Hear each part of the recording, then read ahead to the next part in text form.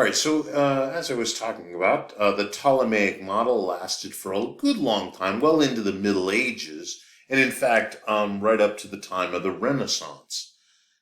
So this thing called the heliocentric model was put on the bookshelves, because it was not promoted by Aristotle, who it's really hard to explain how influential Aristotle was. I mean, the fact that um, his Aristotle, like, remember this whole thing about here. Let me go back a couple of slides here. The whole thing about where is it? About the parallax, the fact that the stars don't exhibit a parallax 6 months apart. When the Earth is, if the Earth travels around the sun, which of course it does, there should be parallax. The stars should undergo a parallax, a slight shift in their position with respect to much more distant stars. The thing is that the technology was not around to observe that. And Aristotle was correct to point that out, to point that, the thing that he didn't understand was the stars are way further away than you could ever even imagine, certainly back during the time of the Greeks. All right, so anyhow, let's get more to all right, so the epicycle thing worked for a while, um, for when humans were just using their eyes to just their eyes, their unaided eyes, also known as the naked eye observations, to make to look at the night sky and to make predictions. All right, so Ptolemy is the last of the ancient people that we're really going to talk about. There were Islamic contributions. In fact, a lot of the texts that we have from the Greeks um, basically got got retranslated into Arabic, and then got reintroduced, if you will, during the Middle Ages, to Europe again, and that was um, that is well cataloged. One thing that the Islamic peoples did with is some of the vocabulary that we use, zenith, and that there's a very bright star in the constellation Orion called Betelgeuse. Actually, this is pronounced Betelgeuse, just to let you know. But there's a very famous movie, of course, called Beetlejuice, and since the movie came out, everybody pronounces it Beetlejuice. All right. So anyhow, and of course Islam uses celestial phenomena, in particular the moon, right? The different phases of the moon for their religious calendar, and then of course there were Islamic peoples who developed algebra, and also the Arabic numerals. When we write our numbers, those are the symbols that we use. We don't use like the Roman numbers, where three straight lines means three, and then a straight line and a V stands for four. Anyhow, we don't use that anymore. We use the Arabic numerals. Also, in Asia, there were other contributions. There were using different mythologies for um, some of the constellations. Like, for example, Draco is the dragon. Just to let you know. Let's see. So they also kept detailed records.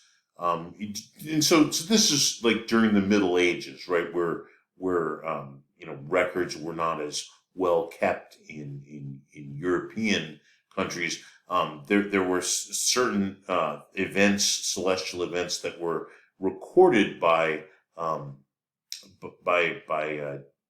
different people in China and so forth.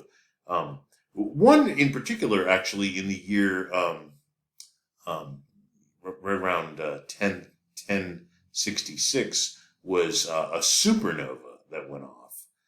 They also recorded comets and eclipses, and were actually even able to see some sunspots. All right, and they were also able to predict eclipses.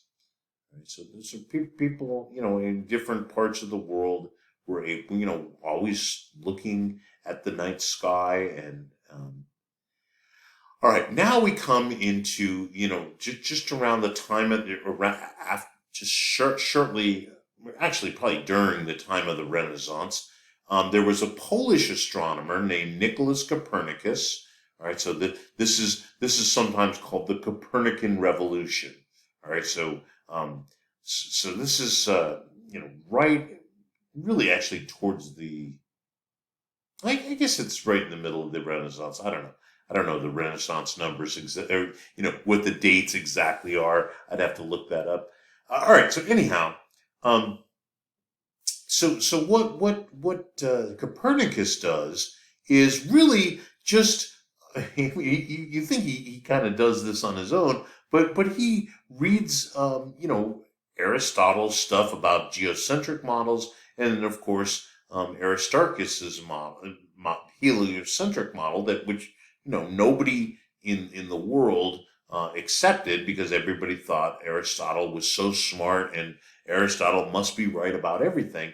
But Copernicus said, hey, well, wait a second. If you use this heliocentric model, the whole idea of retrograde motion becomes completely natural. It has nothing to do with this westward motion that takes place with all the planets, has nothing whatsoever to do with epicycles or any of that nonsense. Well, not really nonsense, but it wasn't. It's just a natural outcome of one planet overtaking another in its orbit. All right, let's go through the details of this in a little bit. All right, so let's say you have a planet. Let's say Mars. You're looking at Mars. All right, so here's the Earth coming along. So notice the dashed lines are indicating the position of Mars, as time goes on. So as the Earth, the Earth is closer to the sun than Mars is. So there's going to come a time that we overtake the outer planets, or the inner planets overtake us. Right. That's why Venus and Mercury undergo retrograde motion. All right. So what happens is, there comes a time when the sun, the Earth, and the planet line up. All right. So again, this is the same situation. If it can be an inner planet, it can be an outer planet. It doesn't really matter. It's when the sun, the Earth, and the planet line up. When that happens, by the way, for the outer planets, that's called opposition.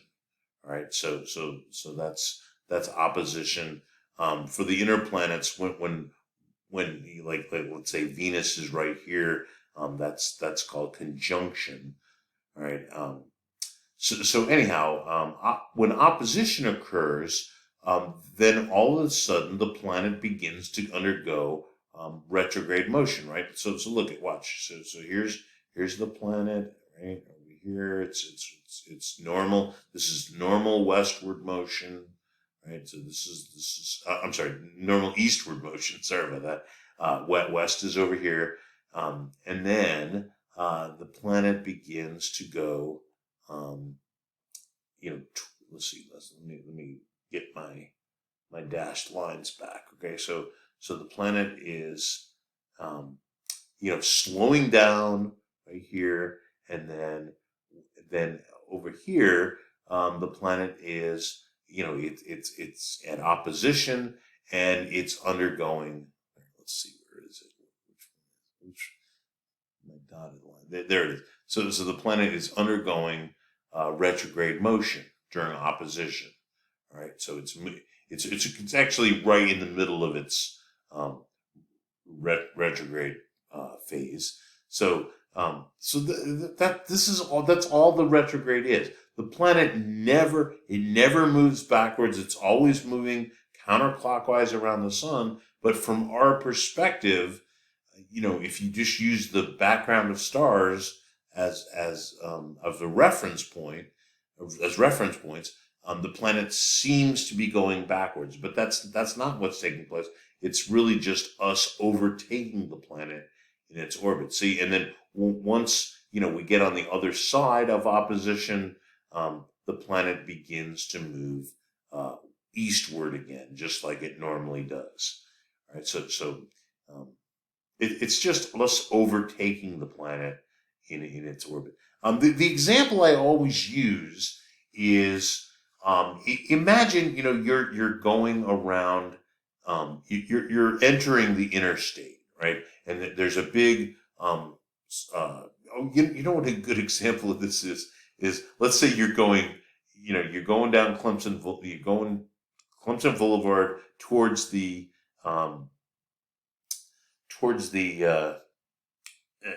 Interstate 85, right? And if you ever go north, right, you got to go on this big turn. All right, so let's say you're going on this turn. I'm going to go turn this way, but you're actually turning the other way on going the manner that I was just describing. So if you were to look at the guardrails, right? So the background stars represent that's exactly what the guardrails are doing, right? So let's say that there's two lanes. So you're going around the curve, and let me go this way. Sorry, you're going around a curve, and there are two lanes that are turning in the same direction, right? So we're turning to get onto the interstate, and so the inner lane. Let's say you're in the car that is the inner lane, right? Inner being, like, if you think about the radius of curvature of the circle that you're in, you're closer to the center of that. That's what I mean by inner. And then the outer one is the outer lane is further from the center of curvature. All right. So if you were to let's say you're a passenger, because you don't want to be looking at the car and the guardrails. By driving the car, you want to be safe. Okay. So as you're turning, as the inner car, a passenger in the inner car, if you were to look out and you see another car, let's say both cars are traveling exactly at the same speed, maybe they're going, 35 miles an hour. So what's going to happen is, because this is the inner curve, this car has to, the inner car covers less distance. And so even though they're both traveling at the same speed, this one will overtake the other car. All right.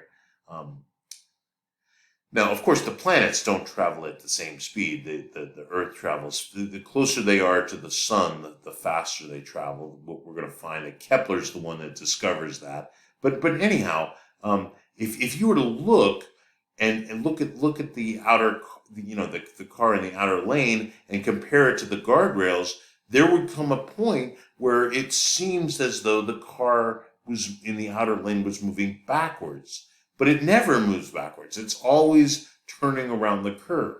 It's just from your perspective with respect to the guardrails. And then as you got further and further along, you would see that the car is indeed moving forward. It seems to move backwards for a little bit when you compare it to the guardrails, but then it moves forward again. That it's just an optical illusion. That's what Copernicus said. and that turns out to be true.